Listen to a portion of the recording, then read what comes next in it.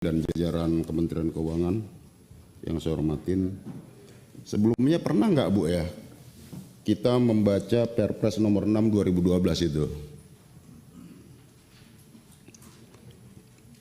Yang kalau saya bacakan di sini Perpres ini nomor 6 tahun 2012 Komite Koordinasi Nasional Pencegahan dan Pemberantasan Tindak Pidana Pencucian Uang.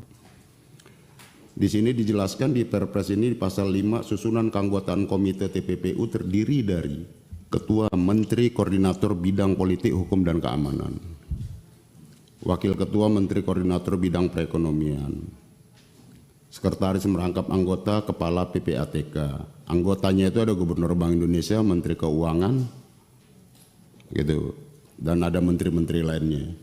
Dan kemudian Komite TPPU itu mengadakan pertemuan paling sedikit ya, 1 kali dalam 1 tahun atau sewaktu-waktu jika diperlukan. Kemudian juga di anggota Komite TPPU disusun juga tim pelaksana, di mana di situ ketuanya Kepala PPATK, ada Wakil Ketua, dan kemudian anggota itu ada Deputi Menteri Bidang Perekonomian, ada Dirjen Bea Cukai, ada Dirjen Pajak. Nah, maksud saya begini, ini kan ramai di publik. Ramai di publik ini kan disebabkan oleh pemerintah sendiri, Bu. Ini kan jadi dagelan. Ini pemerintah, kewenangan undang-undang dan perundang-undangan itu jelas. Ada komite. Kenapa kok bisa saling silang pendapat ini, gitu? Harusnya kan komite ini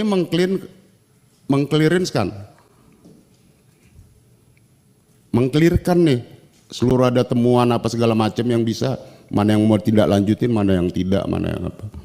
Kenapa kok bisa ya di Perpres nomor 6 2012 ini justru Menko yang mengutarakan? Padahal dia yang mengepalai komite ini. Terus Bu Menteri sebagai Menteri Keuangan anggota yang juga mengomentari keluar. Terus kemudian dirjen-dirjen dari Kementerian Keuangan juga adalah anggota komite. Ini saya ngelihat gini Bu, ada satu yang aneh menurut saya ya, yang disampaikan oleh Menteri. Kami ya di antara menteri ini sebagai eksekutif lah, kami ini legislatif ketawa ngelihatnya. Saya berhari-hari saya lihat ketawa, ini eksekutifnya kaum profesional apa amatiran gitu. Kok nggak bisa memahami tugas dan fungsinya berdasarkan undang-undang, kok ngomong seenaknya. Saya juga mengkritik apa yang disampaikan oleh Pak Menko Polhukam ya. Bukan berarti saya juga membela Bu Menteri, bahwa menterinya benar-benar aja, enggak juga. Tapi ya sebagai Menko harusnya bekerja dalam senyap, bukan jadi menteri semua hal dikomentari, jadi menteri komentator Menko itu. Nah ini yang menurut saya menjadi memunculkan kegaduhan di publik. Ini kita melihat publiknya dulu Bu. Kemudian ada hal yang juga saya pertanyakan, ya saya baca di media apa segala macam, kok juga Menteri Keuangan ngumpulinya para buzzer untuk mengatasi persoalan sosial media. Ini kan bukan persoalan sosial media. Bukan kemudian yang muncul di sosial media kita kumpulkan buzzer untuk menjawabnya, bukan itu juga. Ini kacau negara ini gitu loh. Ini yang saya katakan tadi, ini kita dikelola para profesional atau amatiran gitu. Nah,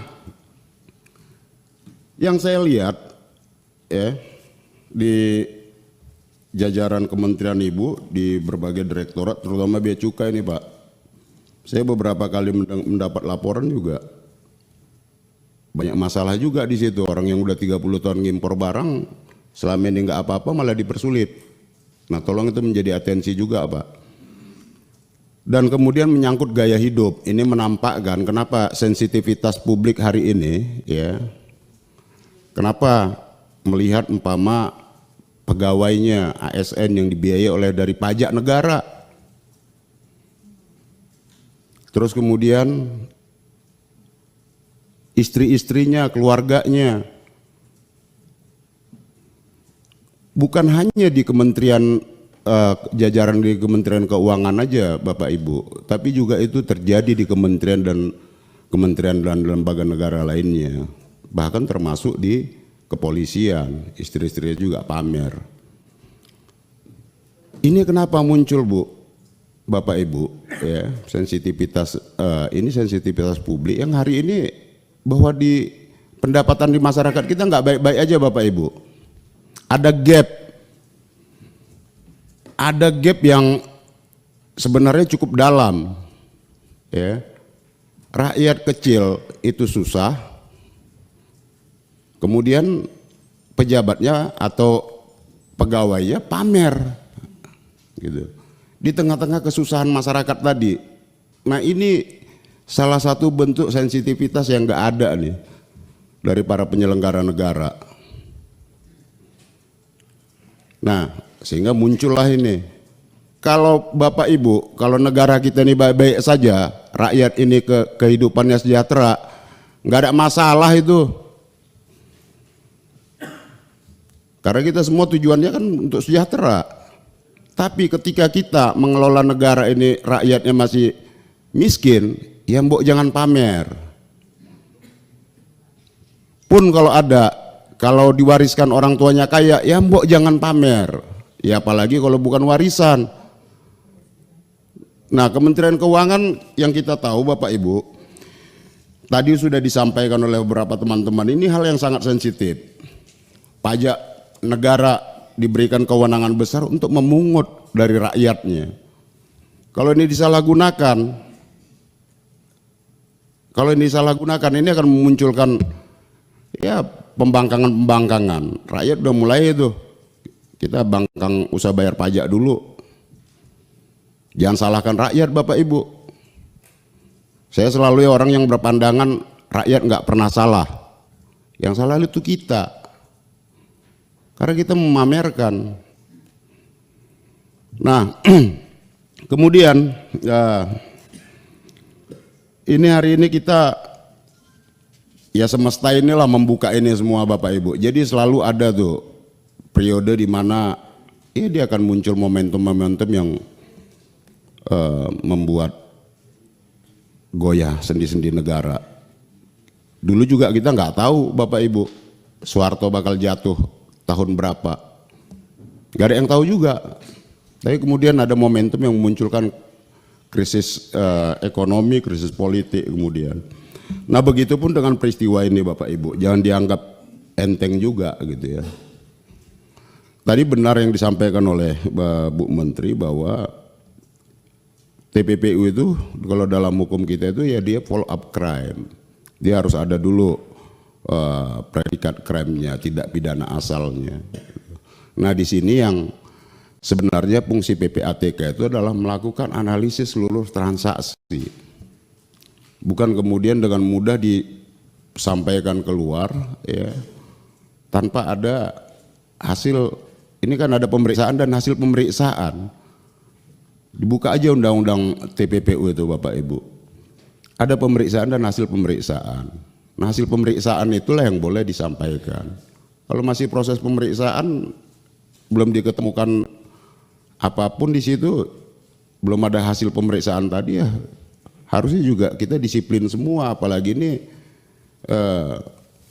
di kementerian sendiri yang bisa memunculkan pernyataan yang itu menghebohkan publik Bapak Ibu. Nah negara sedang nggak baik-baik saja kemudian muncul ini ya terakumulasi semua ini Bapak Ibu. Nah jadi tadi disampaikan sama Bu Menteri dari transaksi yang 3,3 triliun dengan transaksi pegawai termasuk penghasilan resmi, terus ada yang diduga penerimaan fasilitas. Penerimaan fasilitas kan berarti gratifikasi. Kalau dalam Undang-Undang Tindak Pidana Korupsi itu pasal 12 itu kan gratifikasi, menerima lebih dari yang di dalam ketentuan perundang-undangan gratifikasi dan ada sanksi hukumnya. Apakah penerimaan gratifikasi, penerimaan fasilitas tadi yang disampaikan oleh dari PTA 11,38 triliun, oh yang ternyata setelah diperiksa tidak terkait dengan wajib pajak tapi ada penerimaan fasilitas. Ini kan kategori gratifikasi Bapak Ibu. Apakah ini hanya cukup diberikan sanksi administrasi atau ada pengembalian atau apa? Nah kita minta laporannya itu nanti Bu Menteri. Kemudian ada tadi disampaikan juga, oh ini orangnya udah pensiun, bikin apa perusahaan konsultan apa ini. Kemudian suruh bayar teks amnesti. Kok jadi solusinya yang begitu-begitu? Berarti memang ada masalah. Iya dong. Ada apa yang disampaikan Gayus bahwa ada mafia pajak di dalam perpajakan kita, ternyata residunya masih itu. Kalaupun dikatakan tadi ada reformasi birokrasi tadi itu. Nah, kemudian dari audit investigasi apa segala macam itu berapa yang pegawai ini yang terbukti menerima fasilitas, baik itu yang kategori gratifikasi dan lain-lain, tolong disampaikan ke kami juga Bu ya. Terus kemudian dari penerimaan gratifikasi ini berapa yang sudah mengembalikan dan berapa yang diteruskan ke aparat penegak hukum kita, biar ini jelas buat kita ya. Jangan sampai penerimaan fasilitas itu dianggap sesuatu yang wajar.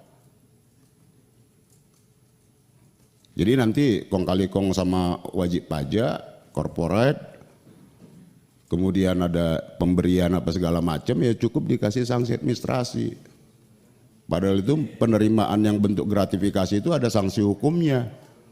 Saya rasa itu Pak Ketua yang bisa saya sampaikan. Wabillahi taufiq wal hidayah. Wassalamualaikum warahmatullahi wabarakatuh.